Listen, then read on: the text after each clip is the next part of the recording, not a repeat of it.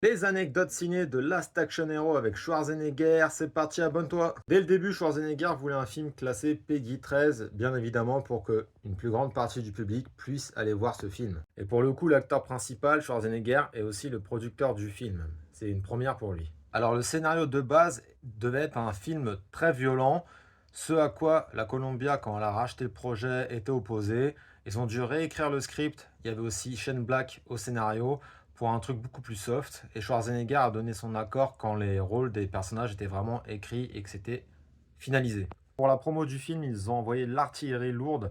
Il était prévu que des figurines de Schwarzenegger avec des flingues soient commercialisées, ce à quoi l'acteur s'opposa parce qu'il trouva que c'était trop brutal. Il y a eu un sponsoring avec la marque Burger King. Il y a même eu une navette de la NASA avec le film Last Action Hero dans l'espace. Schwarzenegger au Festival de Cannes a dû répondre à 90 interviews en l'espace de 24 heures. C'était vraiment de la folie. Alors on se souvient tous du petit clin d'œil au moment du vidéoclub dans la scène où les deux personnages regardent la pancarte du film Terminator 2 où c'est Stallone, le personnage principal, et non Schwarzenegger. Stallone répondra dans le film Demolition Man aussi avec un petit clin d'œil où il apprend que Schwarzenegger est devenu président des États-Unis. On a aussi quelques petits caméos, dont celui de Sharon Stone et son personnage dans Basic Instinct qui apparaît.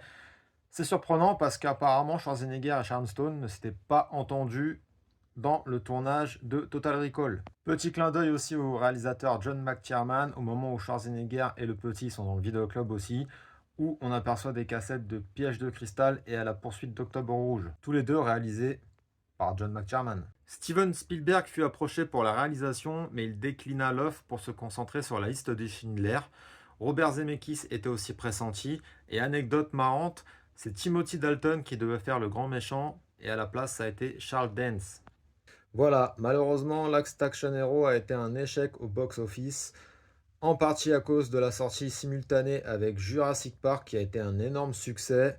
Schwarzenegger reconnaîtra que c'est son premier échec commercial. Le film a été sauvé en partie aussi grâce au vidéoclub et à la vidéo, où il a très bien marché. Et de nos jours, ce film est un film qui est devenu culte. Voilà, merci à tous d'avoir regardé ça jusqu'au bout. J'espère que ces anecdotes vous ont plu. N'hésitez pas à vous abonner pour donner de la force et continuer. Merci à tous, à la prochaine.